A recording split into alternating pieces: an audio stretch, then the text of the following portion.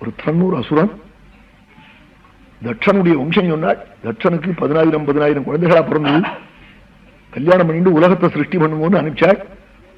எல்லாரும் நாராயண சரஸ்ல போய் குருவாயூரப்பன் சந்தியில் தீர்த்தல போய் ஸ்நானம் பண்ணினாள். ததுபஸ்பரிசனாதே வினிர்தூத மனோமலா. ஸ்நானம் பண்ணின உடனே வீடு வாசல் வேண்டாம், இங்கே இருந்தோம்னு தோணி போச்சான். நாரத சுவாமி வேற ஆத்மத்துவத்தை உபயோகம் பண்ணி சன்னியாசியா போங்கன்னு கிளப்பி விட்டுட்டானா. ஒரு 10,000 குழந்தைகளை சன்னியாசி ஆக்கி விட்டாள். அவ போனடமே தெரியல. இப்படி நாரவர் பண்ணான்னு தெரிஞ்சு மறுபடியும் குழந்தைகளை பெற்று ஆயிரக்கணக்கான ஹரியேஸ்வரம் ஞானி இப்படி சுகலாஸ்வாள் ஹரியேஸ்வாள்னு அப்படி பிள்ளைகளை பெற்று அனுப்பிச்சாள். அவளையும் ஞானியா பண்ணி அனுப்பிச்சு விட்டாள். நாரதர் குருவாயூர்ல போய் நாரதர் சந்தோஷப்படுவான்னு நினைச்சுக்கிட்டு இங்கேருந்து போனார். தட்சன் கிட்ட சபிச்சு விட்டான். பிக்ஷோர் மார்க்க பிரதர்ஷிதா, சன்னியாசி மார்க்கத்தை குழந்தைகளுக்கு சொல்லி கெடுத்துவிட்டியே, நீ ஒரு மணிக்கு மேல ஒரு ஊர்ல இருக்கப்படாதுன்னு சபிச்சு விட்டானாம் தட்சன். அதை சிரஸ்னால் அந்த சாபத்தை வாங்கிட்டாளாம் நாரதர். 24 மணியில 24 ஊர்ல போய் பாகவதம் சொல்லி விடுவேன்னாளாம் நாரதர். விவட்சூனி சோதுகாமான்வா விஸ்வக்சேன கதாமிருதம் விஷ்ணு புராணத்தில் சொன்னாள். நான் என்னத்துக்கு ஊரால் இறையும் தெரியுமா? பகவத் குணத்தை 6வது காட்டா சொல்லுவோம், அல்லது சொல்றவாள் இருந்தா காப்போம் நாளையிறேன். விவட்சூனி சோதுகாமான்வா விஸ்வக்சேன கதாமிருதம் அன்வேஷ்டுமேவத்ரைலோக்கியம் பரியதாமி எதிர்ச்சயா சொன்னாள் நாரதர். பரவ சாபத்தை வாங்கிண்டு 60 பொங்கலை பெற்றான். பிரம்மா சொன்னார் பொங்கலுக்கு சன்னியாசம் கிடையாது. 60 பொங்கலை பெருநாள் 60 பேர்களையும் கல்யாணம் பண்ணி கொடுத்து யதா பூரிதம் ஜகத்து, கருடன் முதற்கொண்டு கழுகு முதற்கொண்டு பறந்து முதற்கொண்டு மிருகம் முதற்கொண்டு மனுஷால் முதற்கொண்டு மத்யம் முதற்கொண்டு எல்லாம் அந்த 60 பெண்களிடத்திலேருந்து வந்ததுதான் இப்ப இருக்கிறது. சாட்சாவிஞ பிரஜா சர்வாகர்நாள் தட்சணத்திலிருந்து உண்டானதா இப்ப உலகத்துல இருக்கிறது. அசுரால் தேவர்கள் எல்லாரும். அது அசுராளுக்கு ரச்சனைன்னு ஒரு சகோதரி பிறந்தாள். 66 கோடி ஒரு பெண் பிறந்தாளா. அவளை தொஷ்டாக்கு விவாகம் பண்ணி கொடுத்தாள். தேவதைகளுக்கெல்லாம் தச்சு வேலை செய்யறவனவன் அவன் கல்யாணம் பண்ணினான். தேவேந்திரன் ஒரு சமயம் சபையில தேவஸ்திரீகளை நர்த்தனம் பண்ண சொல்லி பார்த்துட்டு இருந்தான். அப்போ பிரகஸ்பதி பகவான் பிரசாதத்தை எடுத்து இந்திரனுடைய சபைக்கு போனாராம். பஷ்யன்னபி சபாகதம் மோட்சசாலாசனாதிந்திரா பஷ்யன்னபி சபாகதம். ஆச்சாரியன் வரபோது அந்த பின்ன கோலாட்டத்தில் ஈடுபட்ட தேவேந்திரன் தொடைய கூடாச கல்யாணம் பேசாம இருந்தானாம். உடனே நினைச்சுக்கின்றாளாம் ஸ்ரீமத விக்ரியாம், இது ஐஸ்வர்யத்தினுடைய மதம். உடனே அங்கேயே மறைஞ்சு விட்டாள் பிரகஸ்பதி. சித்தைக்கெல்லாம் நினைச்சானா என்ன பெரியவா வந்தா அசங்காம கூட வாருங்கன்னு சொல்லலையேன்னு ஓடி போனானா. கண்ணு காம்பல்ல பிரம்மாவை போய் காட்டாள். உன் ராஜ்யம் அங்க சுக்கராச்சாரி தன் சிஷ்யாளுக்கு மந்திரோபதேசம் பண்ணி யஜ்ஞம் பண்ணி வச்சு அனுகிரகம் பண்ணிவிட்டாள். 66 கோடி அசுராலும் பிடிச்சுன்னு கூட போறாள். அங்க ஏறுறது மந்திர பலம். ஆச்சாரிய அனுகிரகம் உனக்கு இறங்கி போச்சு. ஆச்சாரியன் இல்லாம ஒரு நாள் கூட குடும்பம் இருக்கப்படாது. என் பேச்ச கேளு. விஸ்வரூபன்னு சொல்லி அசுராளுக்கு மருமான்.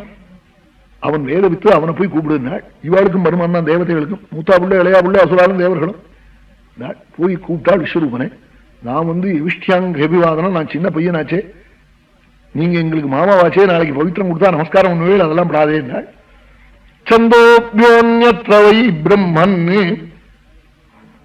வேதாத்தியனம் எங்க இருக்கோவாள் பெரியவாள் சொல்லியிருக்கேன். உங்கள்கிட்ட வேதம் இருக்கு, அதனால பாதகம் இல்லை. வயோ ஜெயிஷ்டிய காரணம், காலம் ஜெயிஷ்டியத்துக்கு காரணம் இல்லை, வேதம் தான் காரணம். உங்ககிட்ட வேதம் இருக்கு, நீங்க ஆச்சாரியனா இருந்தா நமஸ்காரம் எல்லாம் பாதகம் இல்லை வாருங்க நாள்.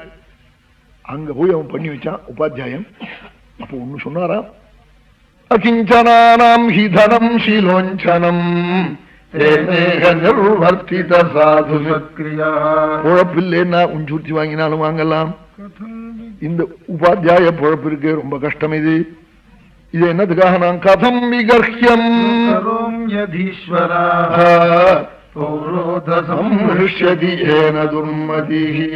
பாபத்தெல்லாம் விலைக்கு வாங்கிட்டு வரார். தேங்காய் முடி அரிசி ரிஷி பணம் எல்லாம். இதுல போய் நான் என்ன திருப்தி அடையவே என்ன ஆளாம்? இப்படி வைதிகால் நினைச்சா எங்க கதி என்னன்னு கேட்டாளாம். அனுகிரகம் பண்ணணும்னு கெஞ்சினாள். ஆஹான்னு பண்ணி வச்சார். அவிர்பாகம் இங்கேருந்து வரத்தெல்லாம் என்ன பண்றது? இந்த விஸ்வரூபம் தங்க மாமா அசுராளுக்கு பாதி கொடுத்து தேவதைகளுக்கு பாதி. அப்படி போஸ்ட் ஆபீஸ்ல பேப்பர் திருட்டு நடக்கும் பாருங்க. அங்க வர பேப்பர் அப்படி எடுத்துன்னு போடுவோம். சிலவா போஸ்ட் ஆபீஸ்ல நமக்கு வர இதுகள்லாம் போயிடும் சில இடங்கள்ல. அது மாதிரி அப்படி திருட்டுத்தனமா அப்படி அனுப்பிச்சு விட்டா இவன் வழியா தான் வந்தாகணும். அப்படி பண்ணிவிட்டாள். அது இந்திரனுக்கு தெரிஞ்சு விஸ்வரூபனுடைய 3 தலையும் வெட்டிவிட்டான். பிரம்மஹத்தி இவனை பிடிச்சு கொடுத்து அப்புறம் உடனே அலறினான் இந்திரன். 4 இடத்துல கொண்டு போய் கொடுத்தான். பூமி, ஜலம், விருட்சம், ஸ்திரீகள் 3 இடத்துலையும் 4 பங்கா பிரிச்சு 4 பங்கா கொடுத்தான். அவ வாங்கி பாடா பாபத்தை ஒவ்வொருத்தருக்கும் ஒரு வரம் கொடுத்தான்.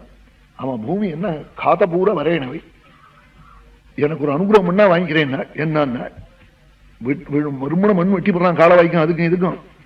அது அப்படி 1 வருஷம் 2 வருஷம் துந்து போயிடணும் அந்த பள்ளம் நாளா. ஆஹான் அனுகிரகம் பண்ணாலாம். அந்த பிரம்மஹத்தினுடைய சுரூபம் இரிணம். ஊஷர பூமி இருக்கே, பில்லு முளைக்காத இடம், அது பிரம்மஹத்தினுடைய சுரூபமாம். மரத்து நடத்துல கொண்டு போய் கொடுத்தாளாம்.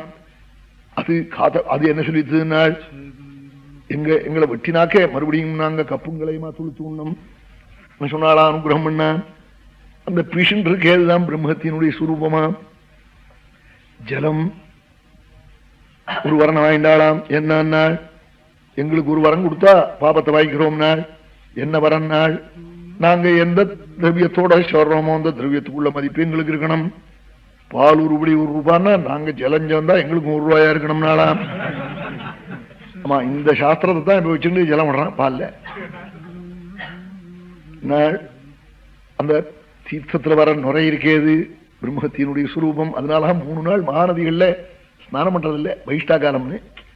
ஸ்திரீகள் இந்த 3 நாள் பகிஷ்டையா இருக்காளே, அது பிரம்மஹத்தினுடைய சுரூபம். அவ என்ன வரம் காட்டாளா, பிரசவ பர்யந்தம் பர்த்தாவோட நாங்க சேர்ந்து இருக்கணும் நாளாம். அவன் மிருகங்கள்லாம் கர்ப்பமாச்சுன்னா அப்புறம் கிட்ட போகாது புருஷ மிருகம்.